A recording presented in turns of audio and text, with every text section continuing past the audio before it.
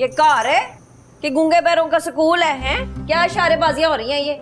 कुछ नहीं ताई जी। आराम से, मेरे साथ ज्यादा फनकारियां लगाने की जरूरत नहीं है। सच सच बता मुझे। ओ अम्मा जाने दे, बच्चा है, हर एक के साथ ही आड़े लगा लेती तू भी। अरे पुत्र, ये बच्चा नहीं, खच्चरा है खच्चरा। इसी की बनाई हुई मनूस वीडियो की वजह से ना सारे घर में रोला पड़ा रहता है। ताई जी, मेरी पर्सनल और प्रोफेशनल लाइफ को मिक्स ना करें, वो मेरा बिजनेस है। बिजनेस नहीं है तेरा, ब्लैकमेलिंग का धंधा है। चलो पर जुत्ती उतार लेनी मैंने। है बड्डा।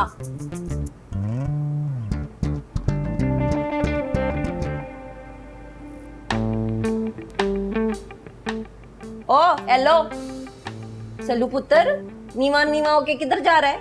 ये आप एक काम करें ना अम्मा, ये मेरे गले में जंजीरी डाल के ना बांध ले अपने बेड के पाए से। अरे जंजीरियों की आपके सामने क्या औकात है?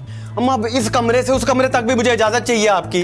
भाई अड्डा तू फरमा बदार पुत्र, जा फिरना है फिरो, ऊपर जाओ थल्ले जाओ।